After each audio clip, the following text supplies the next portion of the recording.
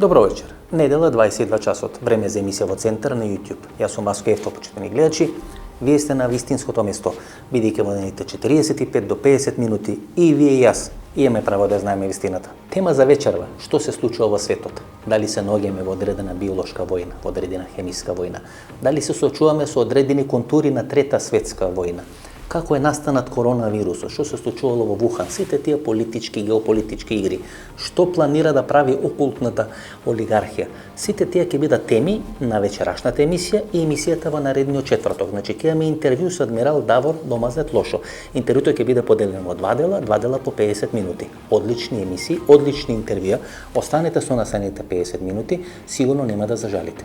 Ова е трето интервју со адмиралот Давор Домазет Лошо. Никако по некоја традиција, на крајот од април, почетокот на мај, ние правиме последните 2 години интервју со господинот или со адмиралот Давор Домазет Лошо и сега направивме интервју, направивме по Skype, бидејќи такви се околностите, не можеме да одиме на лице место да снимаме во Загреб, се надеваме дека тоа брзо ќе се случи.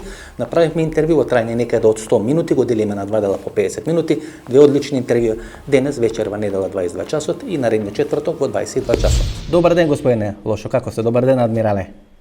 Dobar dan, dobro, lijepo, ovdje u Hrvatskoj, unatoč ovom zapovjedno-stožernom ratnom vježbu zvana koronavirusa, a kako u Makedoniji? Па и ние сме на некој начин во некоја воена состојба или воена вежба, што се вика. Меѓутоа сега не се пука со маневарска муниција, туку се пука со боева муниција, мене така ми изгледа. Da, to je rat, ali u kojem se ne puca. To je rat onaj o kome je govorio George Orwell ili pravim imenom Eric Blair.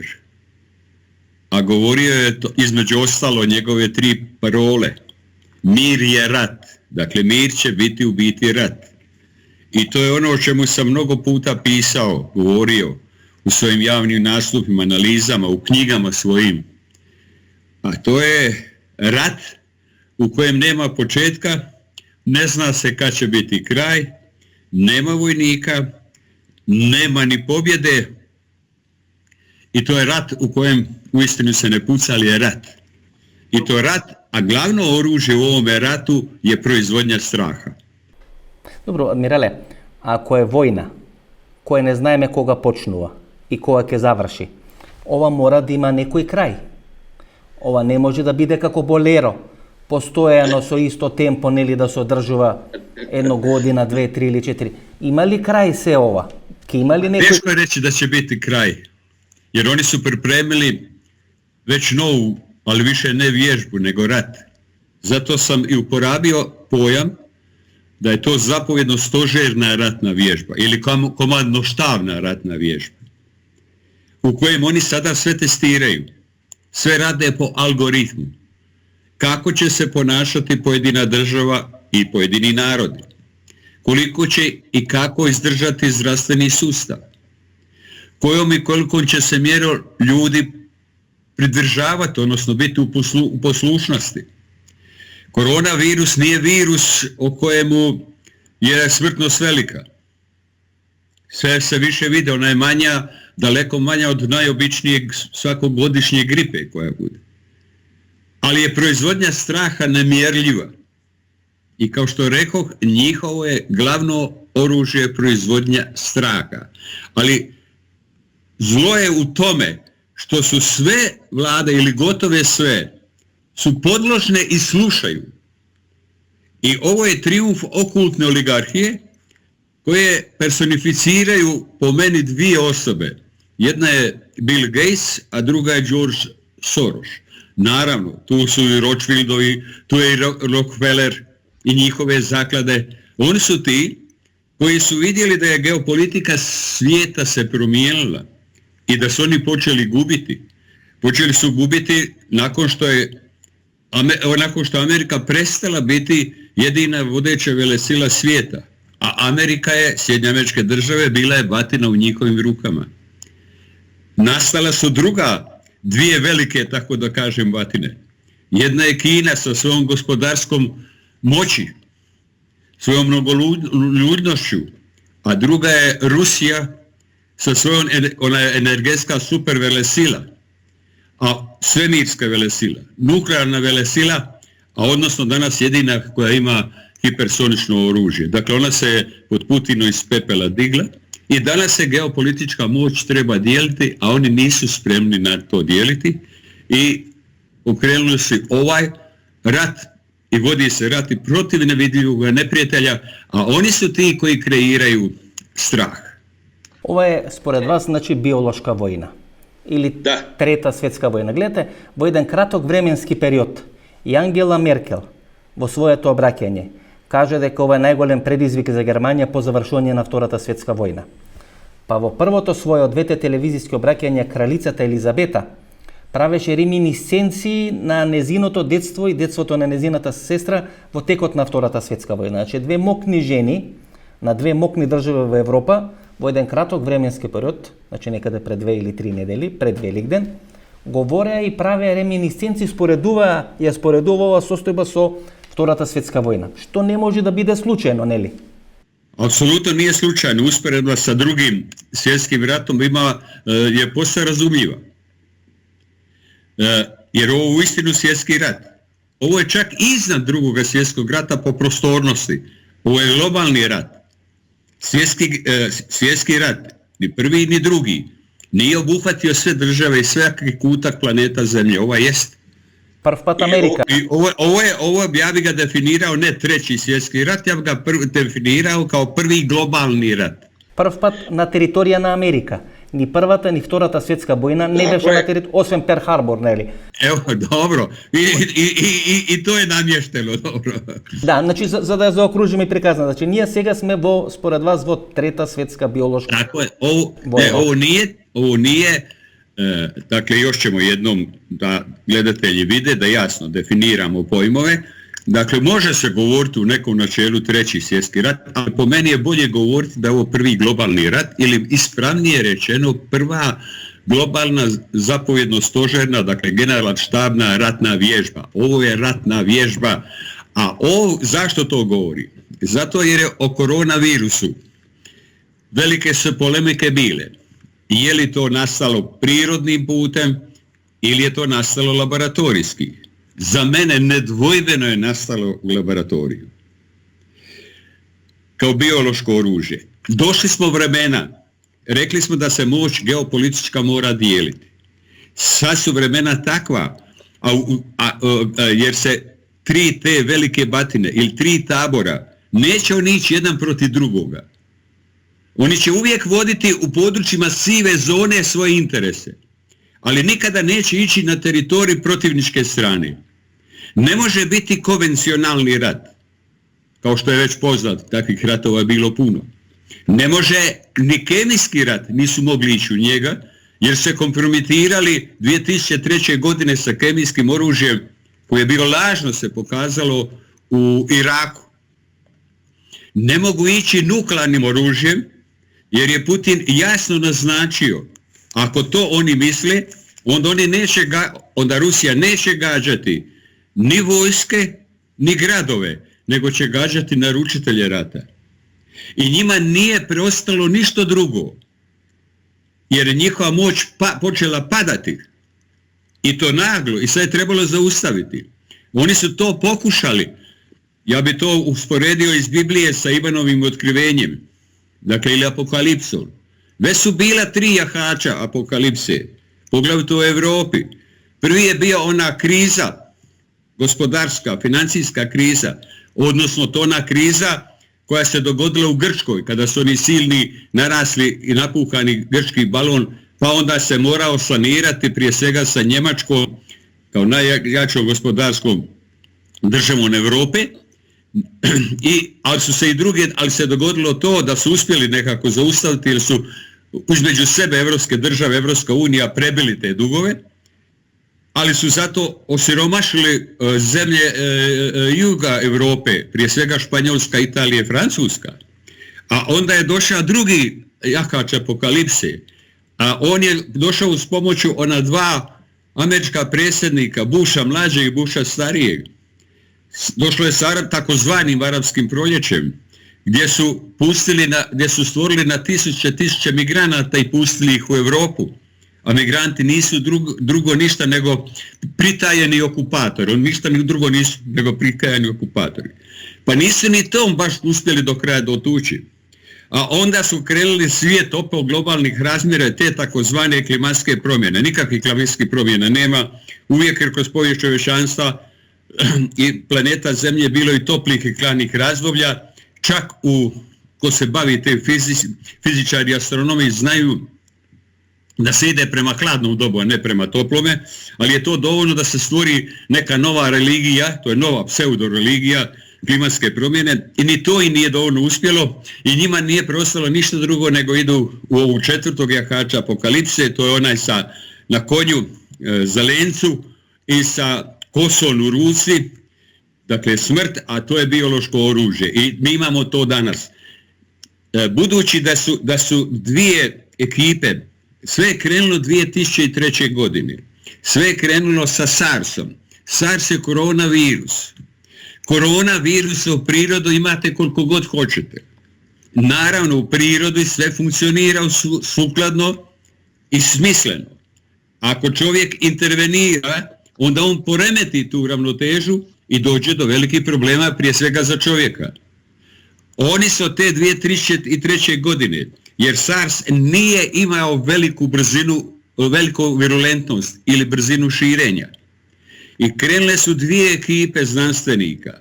Jedna u Americi u Sjevernoj Karolini i jedna u Wuhanu u Kini. Mi ljudi imamo krive percepcije, mnogi.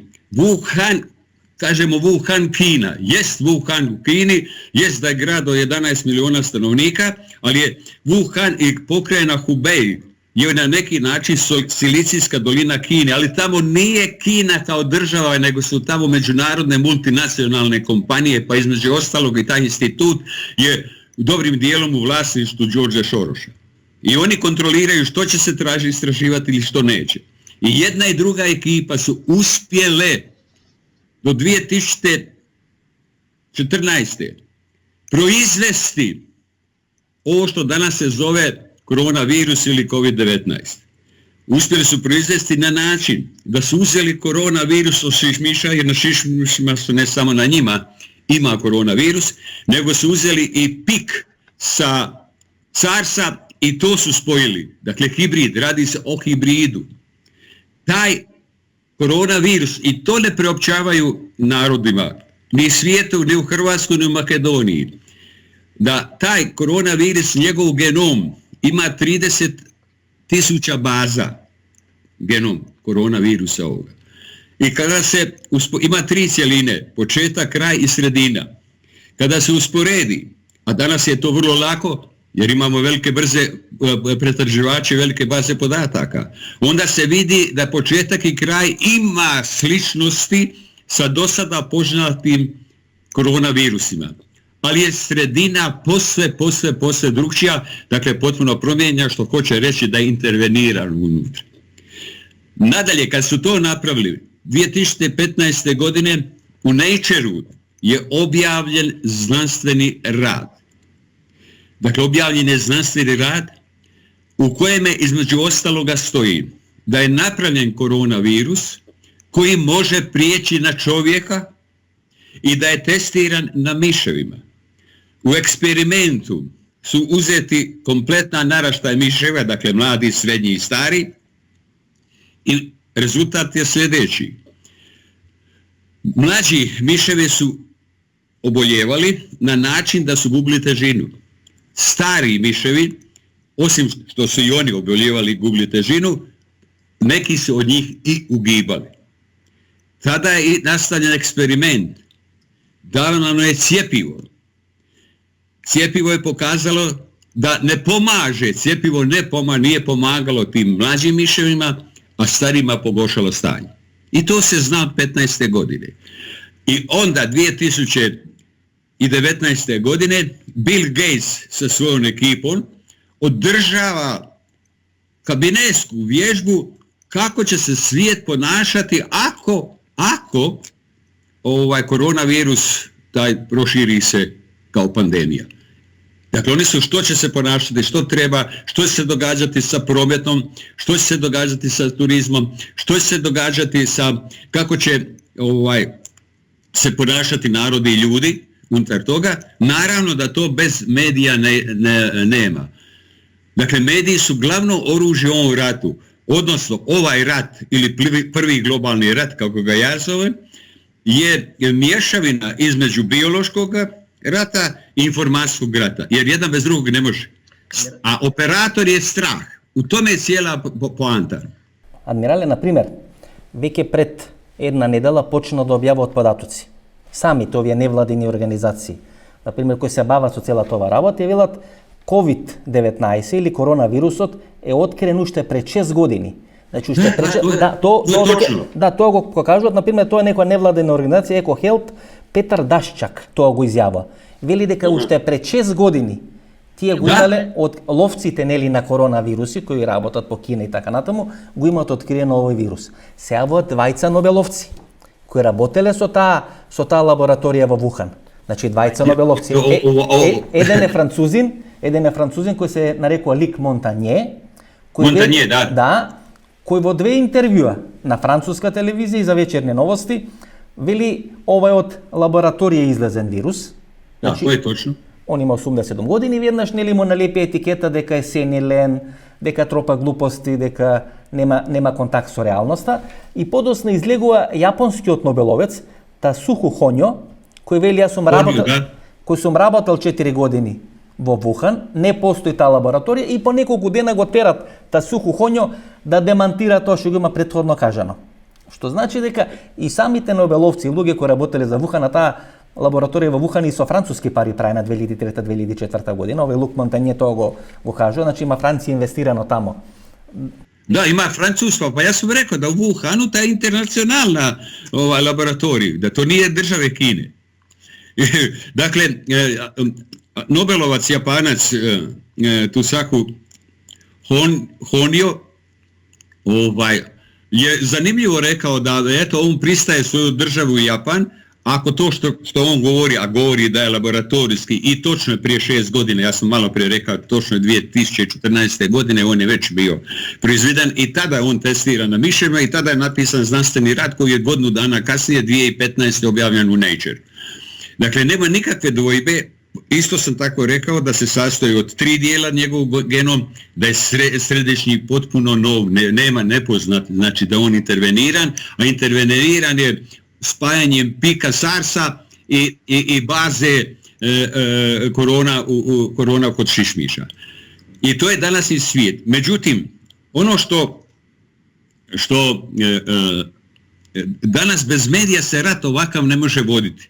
I oni sada svaki smišljeni znanstveni odgovor, svakav nastup koji otkriva to, tuku ga već poznatom etiketom teorija urote. Pa između ostaloga i japanskog znanstvenika Kunoja. Honjo. Tako, i njega. Dakle, ništa to nije čudno. Međutim, 4 godine japanski Nobelovac se radio u Wuhanu. 4 godine je on radio. I sad on veli da je on zvao sve jer poznaje svoje kolege u tom laboratoriju, u tom institutu i da se oni ne javljaju. Ovako, ima sad mnogo, to će biti sve više. Dakle, ovaj će se rat nastaviti, to je odgovor na ono pitanje koliko će on trajati, ko će li on stati. On će se primiriti, ali on stati neće. To može se sigurno, on će potrajati, ako neće ovaj doće novi, jer se sada ukrenulo u takav rat, u ovome ratu. Nema, svi su ratovi završavali ovakvim ili onakvim primirjem. Ovdje primirja nema. Ovo je rat, ono što je jedan od 4 naučitelja zapadne crkve, a to je Sveti Augustin, govorio da imaju 2 države koje ratuju, jedna je Civitas Dei, a druga je Civitas Diaboli, dakle jedna je država Božje kraljevstvo, Božja država, a druga je država Sotone. I tu nema pomirbe, mora jedna ili druga pobijediti, tako i ovdje. Ovo uistinu sukob, ono što govori Sveti Augustin, Civitas Dei i Civitas Diaboli. I ovdje ne može biti bez pobjednika. Mora biti pobjednik. Ja se nadam da će na horizontu zrcaliti se, kada sutra bude, a to ne znamo, to sutra mora dalje se gledati, da će biti civitas Dei, a ne civitas diaboli. I ono što je ovdje bitno, što je zastrašujuće, da su oni uspjeli, uistinu su uspjeli, da ljudi nose te maske, te brnjice, koliko pas. Svi su nas pretvorili u pse. To ne koristi ničemu. Osim toga, zna se da koronavirus se širi kapljično. Dakle, on isklapi kad je na temperaturi. Zna se isto tako da kada dugo zajedno ljudi borave u prostorijama. A onda su nam napravili to, kako oni zovu, distanciranje, socijalno distanciranje, 2 metra. Zašto 2 metra? Čak je bilo i prijedloga 4. Evo, kod nas ovdje sad hoće otvoriti crkve, a onda kaže da unutar crkve treba biti 20 četvornih metara. U crkvi 20 četvornih metara, ali ne treba biti u dućanu tamo što ide. Ali zašto 2 metra? Sve ima svog razloga. Svaki čovjek ima svoju energiju koju širi. I u fizikalnom smislu, i u duhovnom smislu. I zato ta bliskost između ljudi, zato na kraju krajeva i ljubav dvoje, kad dođe u bliskosti kontakt. I ako a čovjek prima 80% svih informacija sa vidom kao svjetlo, i vid svjetlo je prvo nastalo. Iduće svjetlo koje prima informacije je sluh. Dakle, sluh i vid zajedno je preko 90%. Sva ostala osjetila su tih 10%. I ako vi, ali što oni još dalje rade? Oni rade da naše čulo vida i sluha bude zabranjeno. Ono što vidimo ne vidimo, ono što čujemo ne smijemo čuti. A onda sa 2 metra su oni s nas potpuno odvojili iz polja ostalih čula, tako da mi jedan drugoga gledamo. Evo sad gledamo ovako po interneta, udaljenost Zagreba i Skopja je poprilično 2000, je li tako? Oko 1000 km. Koliko je udaljenost između Makedonije, između Skopja i Zagreba? 950 km. 950 km. Da. Tako, 950 km. Ista je razlika. Nema nikakve razlike ako čovjeka tih 950 km ili čovjeka ako staviš na 2 metra. Isti je, u smislu osjetilnom je isti je učinak. U tome je cijela problem. Dakle, on nas prave zombije, da čovjek ne je više čovjek. Osim toga, ako neko nosi te brnjice, te ja ih zovem brnjice, dakle kao psu, i ti prođeš i nemaš je, ja je ne nosim. I normalno razgovaram sa ljudima gdje god dođem sretne, žele ljudi čuti, dati im podstrek, nadu i razbiti im strah koliko može. Međutim, oni te htjeli ne htjeli gledaju kao nekoga mogućega kliconošu. Dakle, što se napravilo? Napravilo se da se više čovjeku ne može vjerovati. Sumnjamo svaku sebe. Čiji se vidiš, gledaš koja možda je. Ako neko se malo nakašlje ili bilo što, odmah bojaznost. Dakle, oni su nas asocijalizirali, a čovjek je humano biće. Duhovno i humano biće. Bez toga ne može. To oni žele. Dakle, što su napravili? Zato one dvije govore i Merkel i engleska kraljica, 2. svjetski rat. A što u 2. svjetskom ratu? Po čemu je poznat 2. svjetski rat? Po koncentracijskim logorima. To je obilježje 2. svjetskog rata. A danas karantena ništa nije drugo nego koncentracijski logor. I zato su one posvjesno ili svjesno, to one znaju, uporabile usporedbu sa 2. svjetskim ratom. Nas su sve vasko pretvorili u koncentracijski logor. I u njemu ne smiješ se ponašati najnormalnije, ne smiješ hodati. Imaš kontrola, imaš nadziretanje. Ako nešto kažeš što nije onako kako se veliki brat zamislio u Brislu ili duboka država u Americi, tada tebi lijepe etiketu teoretičarnu urote i postaneš nekakav čudak. Pa vidiš da je znanost danas suspendirana. Na primjer, i naučnici od Amerika, od Instituto Tikan v New York, Florian Kramer, izlegao se odredan analiza, to raboti na vakciните. Дека овој коронавирус е 70% сличен na SARS-от од 2003 година. Значи 70% е коронавирусот сличен на SARS-от од 2003 година. Што значи дека SARS-от од 2003 година е земен како основа да биде направен овој коронавирус, што е потврдува вашата теза. Овој значи човек кој работи на новите вакцини од институтот Икан во Њујорк и се вика Флориан Крамер, вирусолог. Тоа е интересна теза дека SARS-от е земен како основа 2003 година и направен е коронавирусот. Pa nema nikakve dvojbe, ja sam rekao, dakle, koronavirus COVID-19 je napravljen od SARS-a, pika, dakle, koristi se njegova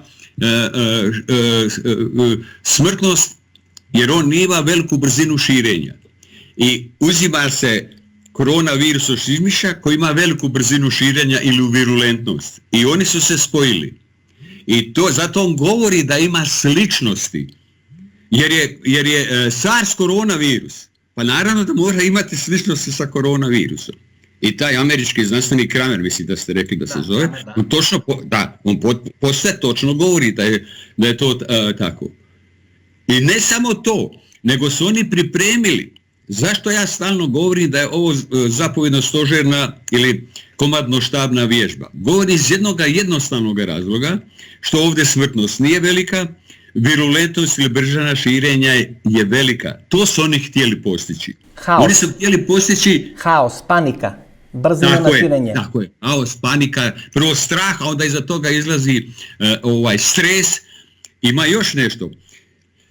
Kad imate neprekidno ste izloženi strahom, tada kod vas se javlja stres. Svi smo mi pod stresom, većim ili manjim. A stres, između ostaloga, recimo glavni je uzročnik karcinoma. 60% od karcinoma je uzrok stres. Ali u ovome slučaju ima i dodatan učinak, a taj dodatan učinak stresa što on nama smanjuje imunitet. I on smanjuje se u stresu. A znano je da koronavirus napada starije. Zašto starije? Pa zato jer je njihov imunitetski sustav oslabio. Sa godinama i sa bolestima koje imaju. I ovi koji umiru, to su ljudi preko 90 koje godine, preko 80 godina, koji imaju teške bolesti. Od kardiovaskularnih do teškog dijabetisa ili ne znam kakvih svih ostalih. I naravno, njihov imunitetski sustav oslabio, sa stresom se on pojačava i ljudi umiru. Dakle, oni nama stvaraju stres kojega će sutra imati posljedice od bolesti s jedne strane, a druge strane slabe naš imunitet da bi virulentnost ili brzina širenja koronavirusa bila brža. Dakle, i opasnija. I to su ta vremena. I da poentiram. Dakle, oni su pripremljeno, ponavljam, ova će emisija ostati, daj Bože da se ovo ne dogodi što ću reći, ali nikada nije isključiti, kada je u pitanju zlo, jer zlo nema granice, je pripremljen HPN1, dakle ptičja gripa, koja će imati veliku smrtnost, koja je napravila multigenezom na europskim tvorovima zvanim feretke. Dakle, već je napravljen, pripremljen takav jedan virus i zato ova vježba. I zato, recimo, u zadnje se vrijeme pita zašto Rusija se malo drži po strani. Je li tako, koliko možemo vidjeti? Дека Путин е пасивен, дека го нема. Pasivan, da, pasivan. Не се појави на Велик ден, дека го откажа референдумот и воената парада на 9. мај. Да, тоа се тезите. Da, zašto? Naravno, mnogi me i to pitaju. Evo, po mom mišljenju, što bi moglo biti uzrok. Ova koronavirus je pokrenuta između ostaloga da se sruši kineski predsjednik Xi i da se Kina zaustavi u gospodarskom rastu. Се извинувам, кој да го струши? Вие го нарековте Вухан, Силиконска долина. Како го нарековте? Da se sruši Xi, dakle predsjednik Kine i njegov aparat. Ko da ga sruši? Neki kineski komunistički... Ne, pa izvani duboka država. Znači duboka država. Okultna oligarhija, znači okultna oligarhija i duboka država.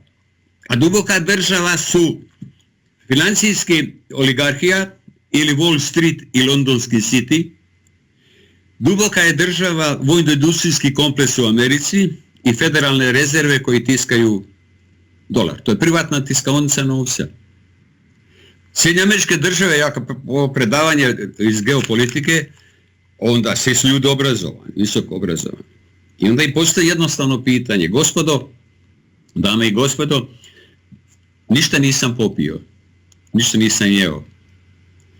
Došao sam ovdje osim kave. Postavljam pitanje, jer morate da ih uvedete, koja je, ali pratite svaku moju riječ, koja je valuta države, naglašavam države, koja se zove Sjedinjene Američke Države? Naravno da su malo iznenađeni, ne malo nego dosta. Ponovim isto pitanje sa istom, koja je valuta države koja se zove Sjedinjene Američke Države? Onda će netko onako ispod glasa reći dolar. A ja mu velim, ne, nije dolar. Da bi dolar bio valuta države koja se zove Sjedinjene Američke Države, onda ta država mora tiskati taj novac.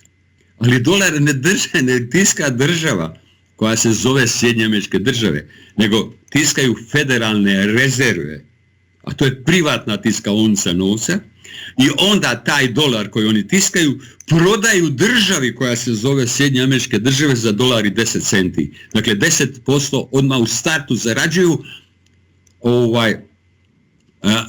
od samoga tiskanja. A onda ta država koja se zove Sjedinjene Američke Države, da bi to pokrila, kao velika batina ima oružje i projekciju vojne moći diljem svijeta, a dolar je valuta kojom se sva svjetska trgovinska odnosi se računaju u njoj, ta država ide lupiti nekoga koji ima plin, naftu, izvore, zemlju i tako dalje i tako dalje. I to je funkcioniralo do trenutka dok Kina nije preuzela gospodarsku moć koju je imala Amerika, odnosno okultna oligarhija, a okultna oligarhija duboka država, a personifikacija njih sam uze dvoje, to je Bill Gates i Soros, tu je Rockefeller, Rothschild i svi oni ostali bankari koji to imaju, koji vladaju. I onda su oni, zašto su oni premjestili u Kinu i kako se Kina naglo digla gospodarski? Pa nije slučajno. Zato jer su oni prenijeli svu proizvodnju u Kinu, ispraznili su Europu od proizvodnje, ispraznili su Sjedinjene Američke Države. I što je Trump napravio? Trump je napravio da iša vrati proizvodnju nazad u Ameriku i ono gospodarski počeo dizati Ameriku. 80% od ljekovite u Amerika koji se koristat se proizvodi u Kina. 80%. Znači tije cijelo to proizvodstvo na lijekovi go imat ova dlaboka država, Bill Gates, Soros i tako natamo, go imat prefrljeno u Kina. Znači tije golemi suficiti na Kina, so koje Kina go kupuješ amerikanske... A Kina je suficit, gotovo 28.000 milijardi su Sjedinjene Američke Države dužne Kini. Odnosno na dobro ste čuli brojku, 28.000 ili 1000 milijardi su dužne to. I to je jedno. Drugo, Kina je u dogovoru sa Rusijem 2018. točnije 26. ožujka, odnosno marta 2018. je prešao na petrojuan. Jer američki dolar nema pokriće, zato je to petrodolar. On ima pokriće u nafti koji su oni kontrolirali, sve ostalo. A Rusija je postala jedna od najveći proizvođač nafte na svijetu, energetska supervelesila. Dakle, da oni više nisu mogli preko Sjedinjenih Američkih Država, kad kažem oni mislim na duboku državu i okultnu oligarhiju, nisu mogli više nikoga napasti. Jer moraš napasti Kinu i napasti Rusiju. A kada je Kina još prešla na petrojuan i preko noći je 60% od što se obračunavalo svjetske trgovine u dolarima, prešlo je na petrojuan. A to su zemlje BRICS-a između sebe. I sad što se dogodilo? Dogodilo se je to da je taj bezvrijedni papir koji su oni tiskali, morao se vratiti u Ameriku. I nisu imali izbora, oni su morali krenuti u ovaj prvi globalni rat, u biti koji je mješavina između biološkog rata i informacijskog rata. Sad, molim. Samo jedno prašanje. Spomnašte dve raboti. Prva je da se ima podgotveno nov virus, to je nekoja modifikacija na ptičiot grip. I vtoro ovoga narekovte kako odredena komandno-pokazna vežba koja treba da sobiri odredeni podatoci. kako se odnesu od odredeni narodi, odredeni državi, kako im funkcionira zdravstvото, što znači дека ova vežba treba da послужи за некоја во наводници посилна или вистинска војна, која би следела со тој птичи грип. Кога би можеле тоа да го очекуваме, бидејќи ова очигледно ќе има не смалување, него според вас ќе има забрзување, ќе има засилување. Ако ова е вежба, значи ќе имаме во наводници вистинска војна со тој птичи грип. Idemo sada redom. Dakle, idemo redom. Dakle, točno ovo je komandno-štabna vježba za sutra, recimo, ptičju gripu H5N1. I s druge strane, ono što je najbitnije, što se svako u zadnjih, recimo, mjesec dana, poglavito se tu iskazao Bill Gates, a to je cijepljenje, samo cijepljenje vakcina. A vidjeli se u onom eksperimentu sa miševima da cijepljenje ne pomaže. Onaj ko se cijepi od gripe, to je već sada dokazano, naravno da oni tu i tamo se pojavi, ali odmah to govore da je teorija zavjere, da se koronavirus pojavljuje kod onih ljudi koji su u zadnje vrijeme često cijepili protiv običnog gripa. I oni odmah u sebi imaju koronavirus.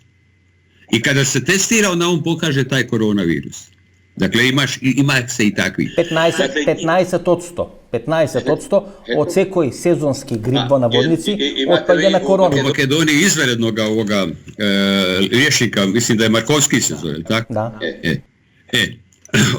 Dakle, ima ljudi koji razumiju, koji govore. Dakle, ja ne govorim sa stajališta medicine, to su pozvani od mene. Ja govorim sa stajališta geopolitike, geostrategije i umijeća ratovanja i upravljanja krizama. Ako imаме 100 луѓе заразени со грип во тек на една година, барем 15 до сега биле заразени од некоја форма на коронавирус. Тоа биле податоци до сега. Што значи дека кога ни прават одредени истражувања, во нашите тестови се наоѓаат елементи ако сме прележеле грип дека имаме корона, Tako je. Pa nema, ovo je sve su te brojke koje oni daju napuhane brojke. To su sve netočne brojke. Evo, ja vjerujem da tako i Makedoniji. Ne znam da li vi imate, mi imamo taj nacionalni stožer za javno zdravstvo. Koji kod nas svaki dan u 14 sati. Prvo su svaki dan 2 puta dnevno. Sad u jednom u 14 sati obznanjuju samo 3 podatka. Novo zaraženih, umrlih i ozdravljenih. Niko nije vidio ni novo zaraženoga, niko nije vidio ni ozdravljenoga, a niko nije vidio ni umrlo. A вие, например, го сменивте министерот за здравство пред 2,5-3 месеци. Имавте еден министер за здравство, на кој му извади одредена афера и беше сменет од премиерот Пленковиќ, беше нов министер за здравство, со образложение дека следи корона пандемија. Точно. Dobro ste to vas to uočili. Точно не постоеше корона пандемија. Nije ni počela, ona je prije bila. То не беше ни почел, или новиот министер за здравство ке треба да се справи со пандемија, што значи они знае уште пред да почне пандемијата со корона дека ќе има пандемија со корона. Dakle, vrlo lijep primjer, ja sam sad u jednom svojom analizi na to se pozvao. Dakle, radi se o ministru zdravstva Kujundžiću, koje su u hrvatskim medijima otvorene afere zbog njegovih nekretnina. I svaki dan nekretnine, ništa nije bilo o tome. Nije on htio dati ostavku, međutim, to je toliko bilo neizdrživo da je morao ga smijeniti Plenković, a obrazloženje je bilo ovo koje vi, Vasko, govorite. A to je da on ne bi se dobro ponio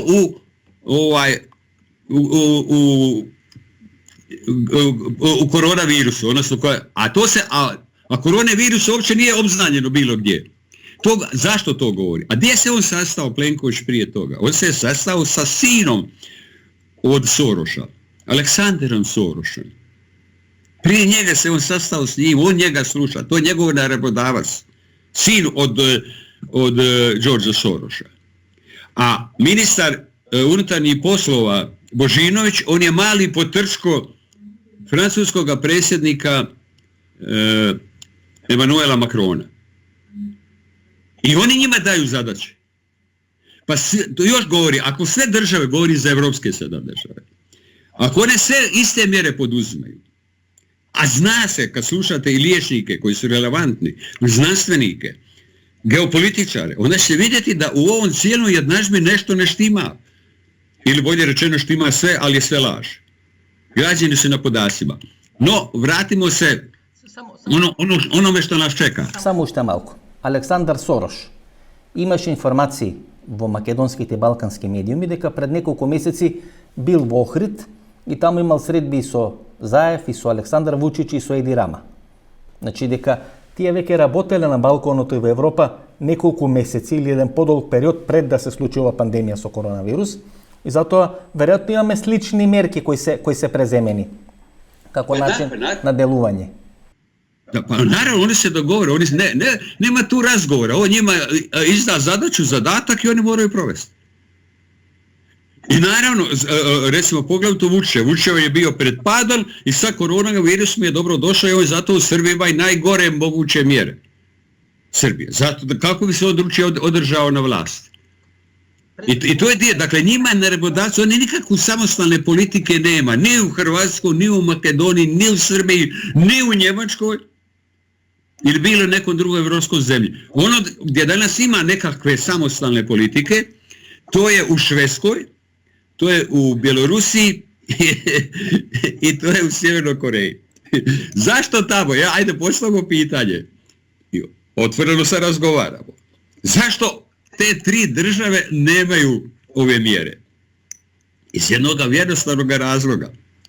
Zato jer je eksperiment. Kina ima svoju državu, ako se ne uvedu mjere što će se događati, ima Sjevernu Koreju. Rusija, da vidi ako se ne uvede mjere, ima Bjelorusiju i Lukašenka. A ova okultna oligarhija, da i oni testiraju svoje, imaju Švedsku. I zato Švedska, Bjelorusija i Sjeverna Koreja nemaju mjere koliko imaju sve ostale druge države. Dakle, sve eksperiment, sve su algoritmi na dijelu. Адмирале, ви сакал на работа тука да ја прашам. Сте били началник на стожерот, началник на генерал-штабот на Хрватската армија. Сте ги имале под контрола сите разузнавачки структури. Во ваше време е спроведена операцијата на прислушкување на Слободан Милошевиќ. Тоа е некаде пред... Да, прислушкивали сме го у неговом средишту.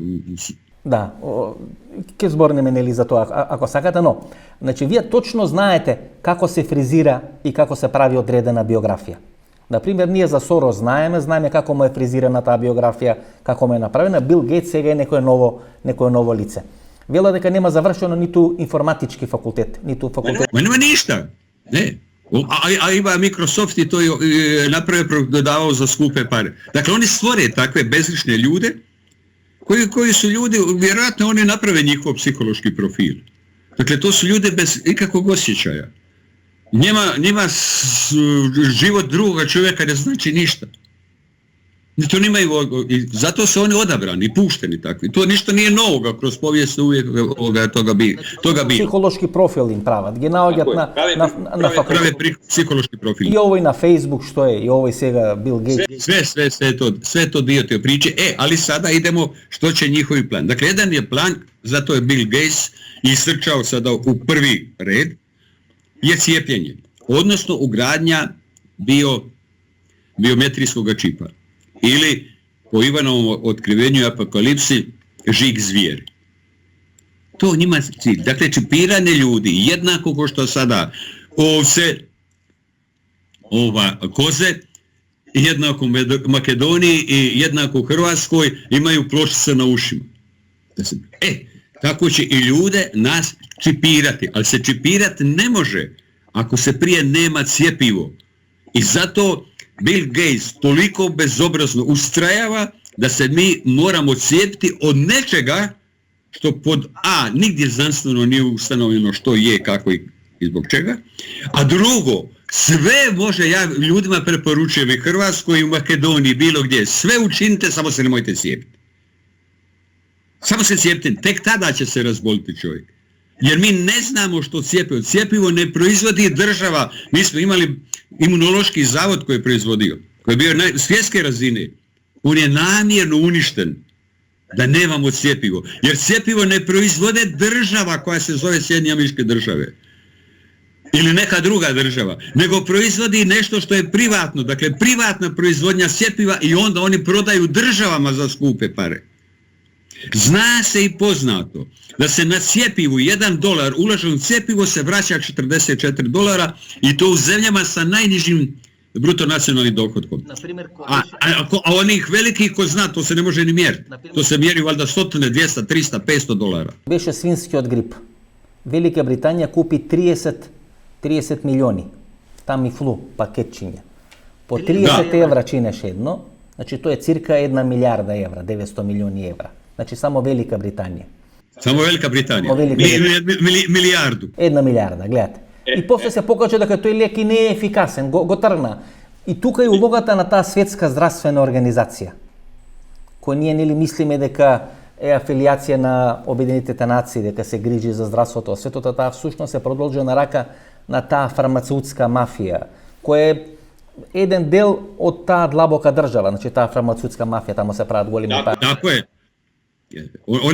Ona je proizvod duboke države, farmaceutska mafija, a osim toga, ja isto govorim, sad ću ponoviti, Svjetska zdravstvena organizacija, to je najveća zločinačka organizacija na svijetu. Tamo ne stoje liječnici znanstvenici. Tamo su poslušnici koji će provoditi ovo što ima, obmanjivati svijet. I tije dva pati napravili... Ona to određuje. I to je problem koji sada nastaje i koji će biti pred nama. Ali vratimo... Само околу Светската здравствена организација. Тие прво во јануар месец, во јануари, рекоа дека овој вирус не се пренесува човек на човек. И се покаже дека лаже, дека греша. И тоа не го направија заради Кина, јас мислам дека го направија за да се направи поголем смат, да се направи поголем хаос во светот и подоста нели предложија мерки кои се рестриктивни, кои се радикални, кои се карантин и сега се главни генератори на стравот, заедно со Меркел. На почетокот на кризата сме, се уште не се гледа ни крајот на почетокот, камоли средината или ова. Секоја држава која сака да ги укине овие порестриктивни мерки, дали е тоа Чешка, дали е тоа Словачка, Австрија, те ги предупредува дека може да им се врати вирусот во втора фаза или уште пожестоко и така натаму. Значи дека Светската здравствена организација како некоја бабарога, како некое плашило, кое всушност треба најмногу да инвестира во тој страв од овој вирус. Tako je, točno. Ona je ta koja proizvodi strah. Ali ovo odgovor na ovu vašu konstataciju, da je na početku ona rekla da se ne prenosi sa čovjeka na čovjeka. Pa zašto ono to rekla? Pa zato jer je cilj bio da se proširi u Kinu. Naime, evo za gledatelji da znaju o čemu je riječ. Dakle, taj laboratorij u Wuhanu, gdje je proizvedeno koronavirus, a druga ekipa proizvela u Sjevernoj Kolorini u Sjedinjenim Američkim Državama. I kada su oni odlučili da idu na Kinu, odlučili su normalno za Wuhan. Uvijek se može u medijima pustiti informacija kako je to pobjeglo iz laboratorija. Kakav je to virus koji je pobjegao iz laboratorija, a da ni jedan djelatnik laboratorija nije zaražen. Kako to da je iz tog laboratorija taj virus mogao prijeći 14 km i to velikim mostom preko rijeke, da dođe na tržnicu koja je udaljena točno 14 km od instituta u Wuhanu, a ta tržnica koja je udaljena 14 km je velika tržnica, ima raznih odjela tamo. Između ostalog ima jedan dio gdje se prodaju divlje životinje. I ima ostali dijelovi između drugoga i ribarnica. I što se je dogodilo? Kad su oni pustili u medije, prvo da se to ne širi, zdravstvena organizacija, da ne ide s čovjeka na čovjeka, ali se isto pojavile informacije da će se on, ako se pojavi, da će se on pojaviti na tržnicama, na tržnici gdje se prodaju divlje životinje. Međutim, što se dogodilo? On se pojavio na ome gdje se prodaju morski plodovi. Pojavio se kod neke, to je taj prvi pacijent, nulti pacijent, kod neke žene koja je prodajala kozice i školjke. Zato onaj koji su nosili pogriješili su, u tome je cijela priča, pa umjesto da tamo gdje su divlje životinje, oni su stavili ovdje. Ali su nekako to medijski zabašurili, zataškali i izmijenili. Sada, kada je krenulo u Kini, to Kina nije shvatila o čemu je riječ. Kad kažem Kina, mislim vlast u Kini, kineska vlast na čelu sa predsjednikom Xion, jer on bio na udaru. I kad su oni shvatili o čemu je riječ, onda su oni zatvorili cijeli Wuhan. napravili karantenu, pa sad kad vi hoćete, mi moramo to brzo spriječiti. I to je bilo, baš su bile drastične mjere, jer jedino tako možeš, jer je ovaj virus ima brzinu širenja, oni nisu još znali tada što je, nisu znali kakav mu je genom, kakva mu je baza genoma, koliko je sastavljen, ništa nisu znali od toga, ali su ga zatvorili i uspjeli su. Naravno, to je učinila peta kolona u Wuhanu, između ostalog u laboratoriju, koji je bio tamo. I sad, jest da su bile i ove vojne igre u 9. mjesecu prošle godine, da su moguće i oni ubacili. Ali sad to uopće nije bitno. Bitno je da je Kina reagirala i uspjela je to spriječiti. Koliko je mogla, i to vrlo drastičnim mjerama, gdje je bolnicu izgradila za 2 dana, pa je onda zatvorila i jedino to bilo moguće rješenje. Ono što smo dužni gledateljima odgovoriti, jer je to dio te priče, naravno da je Rusija i Putin prate što jeste. Idući koji su oni htjeli srušiti bio je Putin. I peta kolona je ovdje bila u Kini.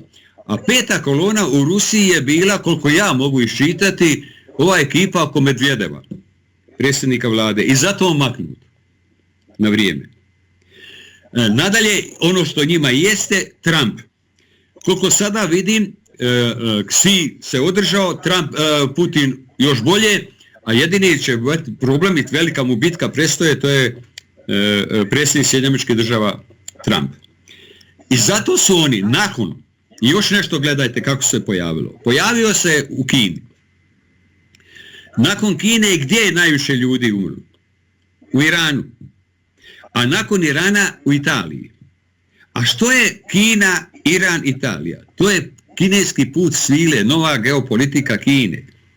I to je to što je duboko državi okultnoj oligarhiji, gdje su oni izgubili definitivno svoju moć i zato su odabrani naravno i ostale zemlje na tom direktivi koja ide. I zato je Italija. Završetak. U Italiji je najveći broj u sjevernome dijelu. U sjevernome dijelu najveći je broj ovih starih ljudi. Najveći je broj cijepljenih u Europi od cijepljenih od običnog gripa. I zato je tolika postotak u Italiji na sjevernome dijelu velik i zato je veliki smrtnost veća nego u ostalim dijelovima. A u Americi se proširili da idu na Trumpa, jer ovo ruši gospodarski ono što je Trump digao Ameriku. Gospodarski sad je itekako veće mjere i Amerika će doživjeti recesiju. A ne zaboravimo da su sada izbori u 11. mjesecu ove godine u Trumpu. Dakle, to su te velike geopolitičke igre koje se sada odvijaju. A kada još nešto, ovo je osmišljeno, između ostaloga, da se uništi. Naravno da će biti recesija. Recesija će biti dvoznamenkasta. U svim državama, većim i manjim. Niko neće izbjeći to. Dakle, one su pokrenuli prvo da se unište obrtnici, mali poduzetnici i male države. Oni su napravili da se smanji broj stanovništva na zemlji. Pa oni to otvoreno govore. Eugeničari, ta duboka država, okultna oligarhija, to je njihov plan, njihov san svih snova. Da smanje na broj negdje oko milijardu i pol, jer kako oni kažu tada se može kontrolirati. Ovako 7 milijardi i 700 milijuna se ne može kontrolirati. I to je to njihovo. I treće za nas, bar ovdje, vi ste pravoslavni pa je to nešto drugo jer je to autoketralnost, je uništenje Vatikana. Pa ste vidjeli da je ovaj Vatikan i ovi si ostali crkveni prelati, to je užas, jedan zatvorili crkve. Kakve crkve zatvoriti? Pa gdje su oni, ja kažem, pa ko ste vi, što ste, pa vi idete izravno protiv Krista. Pa Krist je išao među gubavce, među bolesne. Pa svetica Marija, majka Terezija, pa ona je išla od Kalkute, ona je išla gdje su bolesti zaraženi i koliko je mogla. A vi zatvarate crkve, a znano je da je zajednička molitva duhovna snaga. A kad nemate duhovne snage, onda imate stres. A govorili smo malo prije što je stres. Dakle, ovo je velika igra u svim aspektima. Znači, ona zaslužuje veliku pozornost. Znači Vatikan. Italija i... Vatikan, da. Ali tamo sjedi kojega ja ne želim reći ni ime. Tamo sjedi antikrist, antipapa. Buonasera, Bergoglio. On je njihov. Admirale, i nekade pred... Zamislite, a još nešto, evo da znaju, vi ste pravoslavni. Zamislite da je on organizirao tu takozvanu Amazonsku sinodu. Amazonska sinoda je trebalo poslužiti da se ukine celibat, dakle ne ženstvo.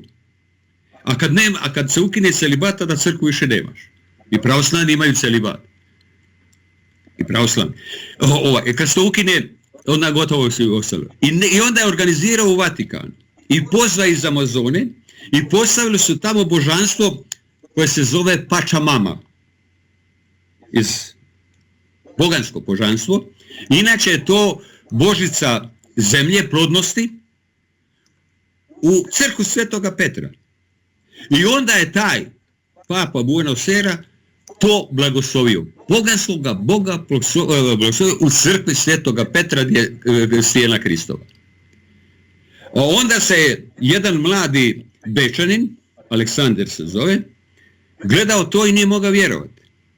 Skupio je svoje mlade prijatelje, došli su u Rim, uzeli tog Pačamamu i bacili ga u rijeku Tiber. Inače, pod tim poganskim božanstvom su Inke žrtvovale djecu.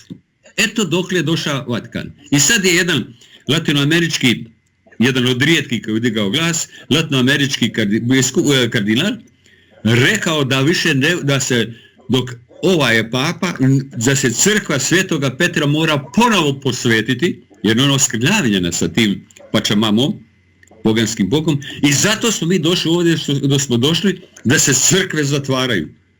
Bićeš drugo sredstvo. Ja sam bio u vašom hramu u Skopju. I to baš je bio pred Uskrs vaš, ne prije vremena, 2 godine kad sam bio. Hoćeš ja sam slušati prekrasno. Liturgija pravoslavna koja dugo traje i zaista čovjek doživi mir, mirnoću, smirenost, obnovi se u duhu naše kršćanske vjere. Evo i to nam uništavaju. Sve su nam, vajsko, sve nam idu uništiti. Kako vi kad početni gledači, treba da prekinite sojadenje toga što je najslatko. I su jedno intervju treba da prekinite tamo kaj što je najinteresno. Tukaj je krajot na prvi del na intervju, to su admiralo Davor Domazet Lošo. Vtori del vo 4. od 22 časov. Do 4. od 22 časov. Prijetno večer Makedoniju. Kad i da si.